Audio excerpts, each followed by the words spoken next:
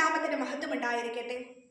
പരിശുദ്ധ ദൈവമാതാവിന്റെ വാങ്ങിപ്പ് പെരുന്നാളിനോട് ചേർന്നുള്ള ഈ വിശുദ്ധ നോമ്പിന്റെ ദിനങ്ങളിൽ ക്രിസ്തുവിന്റെ മാറ്റമില്ലാത്ത വചനങ്ങളെ ധ്യാനിക്കുവാൻ നമുക്ക് ലഭിച്ച ഈ നല്ല നിമിഷങ്ങൾക്കായി നമുക്ക് ദൈവത്തെ സ്തോത്രം ചെയ്യാം.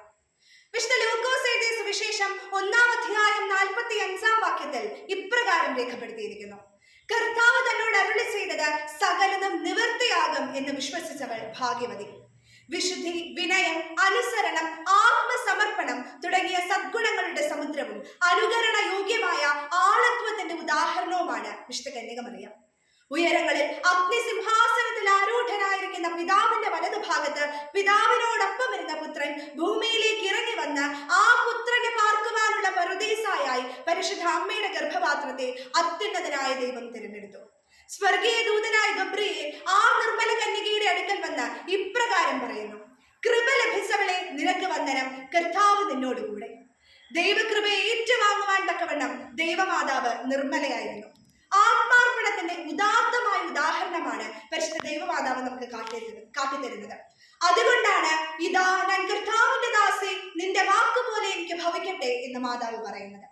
വിശുദ്ധ ലൂക്കോസ് എഴുതിയ സുവിശേഷം 1-ാം അധ്യായം 48-ാം വാക്യം നാം പരിശോധിച്ചു കഴിഞ്ഞാൽ കന്യകമറിയം ഇപ്രകാരം പറയുന്നു: ഇന്നു മുതൽ എല്ലാ തലമുറകളും എന്നെ ഭാഗ്യവതി എന്ന് വാഴ്ത്തും. എന്തുകൊണ്ട് സകല തലമുറകളും പരിശുദ്ധ കന്യകമറിയത്തെ ഭാഗ്യവതി എന്ന് വാഴ്ത്തുന്നു എന്ന് നമുക്ക് പരിശോധിക്കാം. ഒന്നാമതായി, പരിശുദ്ധ അമ്മ ദൈവമാതാവാണ്. പൂർണ്ണ ദൈവവും പൂർണ്ണ മനുഷ്യനുമായ യേശു ക്രിസ്തുവിനെ ഉദരത്തിൽ പേറിയതുകൊണ്ടാണ് നാം കന്യകമറിയത്തെ ദൈവമാതാവ് എന്ന് വിളിക്കുന്നത്. അത്യുന്നതനായ ദൈവം തന്റെ ഏകജാതനായ പുത്രനെ പാർക്കുവാനുള്ള പറുദീസായായി പരിശുദ്ധ അമ്മയുടെ ഗർഭപാത്രത്തെ തിരഞ്ഞെടുത്തതിന് കാരണം അമ്മയുടെ ബുദ്ധിയോ ശക്തിയോ സാമർഥ്യമോ കൊണ്ടല്ല, മറിച്ച് അമ്മയുടെ പ്രാർത്ഥനയും വിശ്വാസ ജീവിതവും കൊണ്ടാണ്.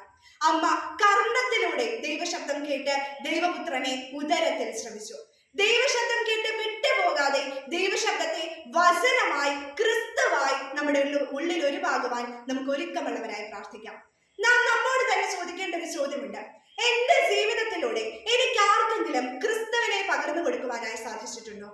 രക്ഷയുടെ ദർശനത്തെ വിശുദ്ധിയാൽ പൂർത്തീകരിച്ച വിശുദ്ധ കന്യകയെ പോലെ ജീവിത വിശുദ്ധിയാൽ നിർമ്മലീകരിക്കപ്പെടുവാനും അതുവഴി ക്രിസ്തുവിനെ നമ്മുടെ സ്വന്തം ജീവിതം കൊണ്ട് മറ്റുള്ളവർക്ക് പകർന്നു കൊടുക്കുവാനും നമുക്ക് ഓരോരുത്തർക്കും സാധിക്കണം.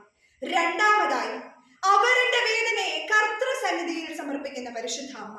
കാനാവിലെ കല്യാണ വീട്ടിൽ വീട് തികയാതെ വന്നപ്പോൾ അമ്മ ആ ഭവനക്കാർക്ക് ഒരാശ്വാസമായി മാറുന്നുണ്ട്.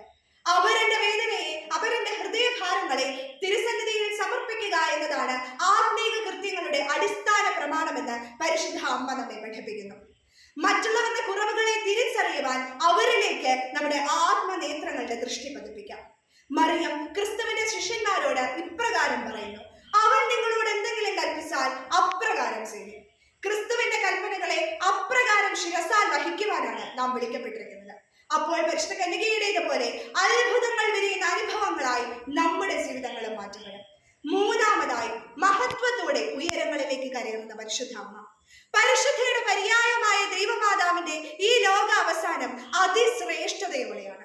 വാങ്ങിപ്പോയവരും ജീവിച്ചിരിക്കുന്നവരുമായ സ്ലീഹന്മാരുടെയും നിബിയന്മാരുടെയും സകല സ്വർഗീയ സൈന്യങ്ങളുടെയും സാന്നിധ്യത്തിൽ അമ്മ മറിയം സ്വർഗാരൂഢയാവുകയാണ്. ജീവമൻ ഇറങ്ങി വസിച്ച ചെപ്പായ പരിശുദ്ധ അമ്മ ഓയാറിലൂടെ ഔന്നത്യങ്ങളിലേക്ക് കരയേറുകയാണ്. ആയതിനാൽ പ്രിയരെ, പരിശുദ്ധ അമ്മ നമുക്ക് പകർന്നു നൽകുന്ന പാഠങ്ങളെല്ലാം നിർമ്മലീകരണത്തിൻ്റെതാണ്. സ്വർഗീയ സൈന്യങ്ങൾ സ്തുതി പാടുന്ന പ്രകാശ ഭവനത്തിലേക്ക് ആരോഹണം ചെയ്ത പരിശുദ്ധ അമ്മയെ പോലെ നമുക്കും നമ്മുടെ ആത്മശരീര മനസ്സുകളെ ഉന്നതങ്ങളിൽ അധിവസിപ്പിക്കാം. പരിശുദ്ധ നോമ്പിന്റെ ഈ അവസരത്തിൽ വിശുദ്ധിയോടും വെടിപ്പോടും കൂടി നോമ്പ് നോറ്റ് പരിശുദ്ധ അമ്മയുടെ മധ്യസ്ഥതയിൽ ശരണം പ്രാപിച്ച് ജീവിക്കുവാൻ നമുക്ക് ഓരോരുത്തർക്കും സാധിക്കട്ടെ എന്ന് ആത്മാർത്ഥമായി പ്രാർത്ഥിച്ചുകൊണ്ടും ആശംസിച്ചുകൊണ്ടും ഞാൻ എന്റെ വാക്കുകൾ ചുരുക്കുന്നു. ദൈവം നമ്മേവരെയും വാഴ്ത്തി അനുഗ്രഹിക്കുമാറാകട്ടെ.